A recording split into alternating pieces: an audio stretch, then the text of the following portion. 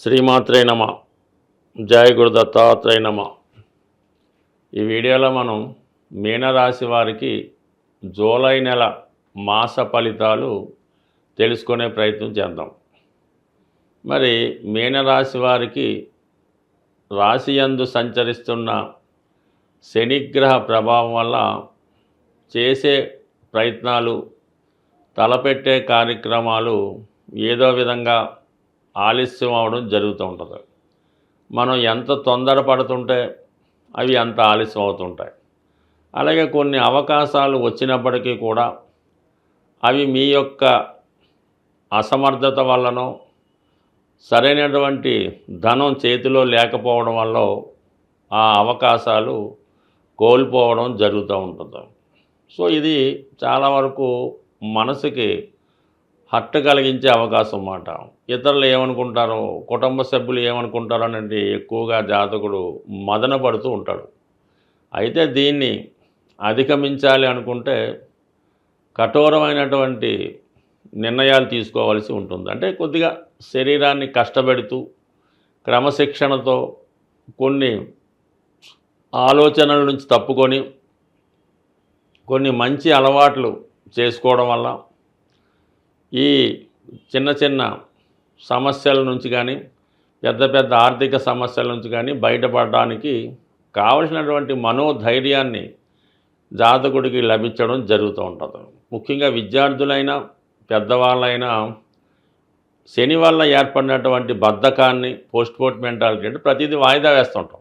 దాన్ని తగ్గించుకొని క్రమశిక్షణతో సూర్యోదయానికి లేచి మన కార్యక్రమాలు నిర్వహించుకుంటే ఆటోమేటిక్గా ఒక పాజిటివ్ ఎనర్జీ సూర్యభగవాను ద్వారా మీరు పొంది మీ యొక్క ప్రయత్నాలు కానీ, మీ పనిలో వేగం కానీ, ఒక కాన్ఫిడెన్స్ కానీ జీవితంలో ఏర్పడడం వల్ల అనుకున్నది సాధిస్తూ ఉంటారు. సాధారణంగా శని వ్యక్తిగతంగా ఒక జాతకుడిని ఇటువంటి జన్మశని అవి వచ్చినప్పుడు చాలా విధంగా పరీక్షలకి గురి చేస్తూ ఉంటాడు. అవి తట్టుకొని నిలబడినప్పుడు దానికి మళ్ళా మంచి అవకాశాలు కూడా శని భగవానుడి వల్ల పొందడం జరుగుతూ ఉంటుంది. సో ఏదేమైనా మీ యొక్క ఆలోచన విధానాన్ని, మీ యొక్క టైం టేబుల్ని, కర్తవ్యాన్ని మార్చుకుంటే చాలా వరకు సక్సెస్ అవుతారు. అందువల్ల మీ యొక్క శని భగవానుడు కూడా మీ యొక్క అభివృద్ధికి సహాయపడతారు. అంటే ఈ సమయంలో మీరు ఏదైనా ఉద్యోగానికి ప్రయత్నం చేసినా, ఏదైనా ఒక ఇల్లు కట్టుకోవాలని ప్రయత్నం చేసినా, ఆరోగ్యం బాగుపరుచుకోవాలన్నా, కొత్త విద్య నేర్చుకోవాలన్నా ఇదే టైము. ఏదన్నా మనకి ఇవ్వాలంటే శని భగవానుడు మాత్రమే ఇవ్వగలడు. అయితే మనం ఎంతవరకు దాన్ని సాధించగలము, ఎంతవరకు నిలబెట్టుకోగలము అన్నది పరీక్షించిన తర్వాతే శని భగవానుడు ఇవ్వడం జరుగుతుంది. కాబట్టి గట్టి ప్రయత్నం చేస్తే ఏదైనా సాధించవచ్చు. ప్రయత్నం చేయండి, 100% ఫలితం పొందుతారు.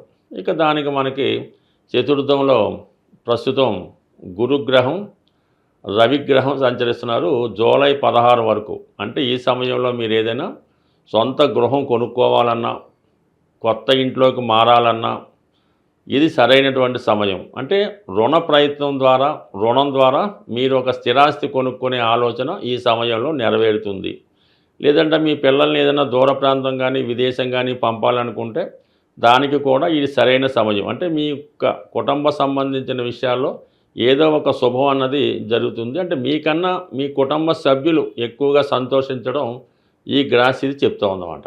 ఇక మనకి శుక్రుడు 3వ స్థానంలో ఉన్నప్పుడు మీ యొక్క ప్రయత్నానికి మీ యొక్క స్నేహితులు కానీ, మీ యొక్క సిస్టర్స్ కానీ, బంధువులు కానీ సహకరిస్తారు.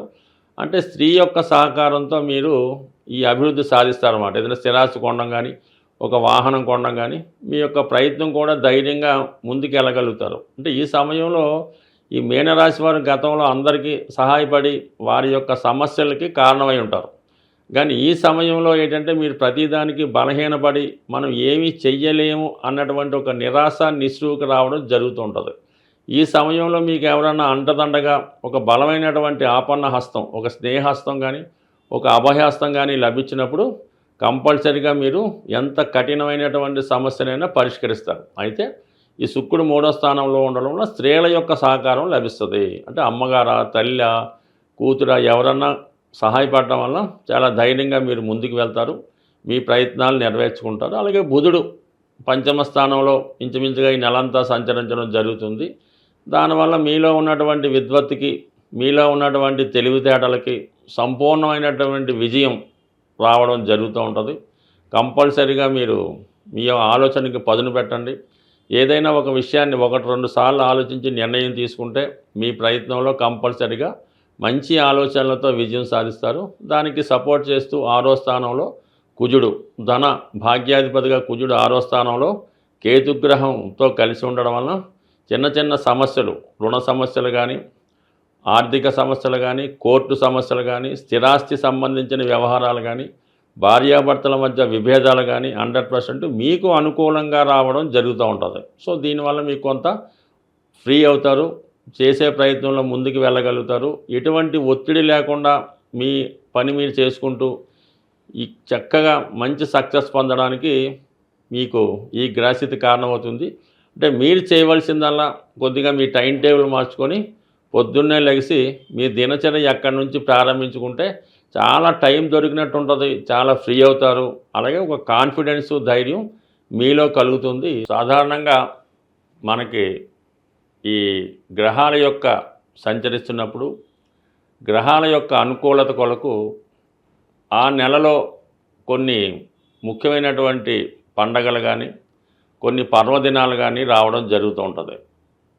మరి మనం ఏ నెలలో అయితే సమస్యలతో ఉన్నామో ఆ నెలలో వచ్చినటువంటి అంటే కామన్గా మాస శివరాత్రి, సంకష్ట చతుర్థి కామన్గా చేసుకుంటూ మరి ప్రత్యేకంగా ఈ జూలై నెల 25వ తారీఖు నుంచి అంటే జూలై 25 నుంచి శ్రావణ మాసం ప్రారంభమవుతుంది. శ్రావణ మాసం ప్రారంభంతోనే మనకి వరలక్ష్మి వ్రతం అంటే శుక్రవారం స్టార్ట్ అవుతాయి.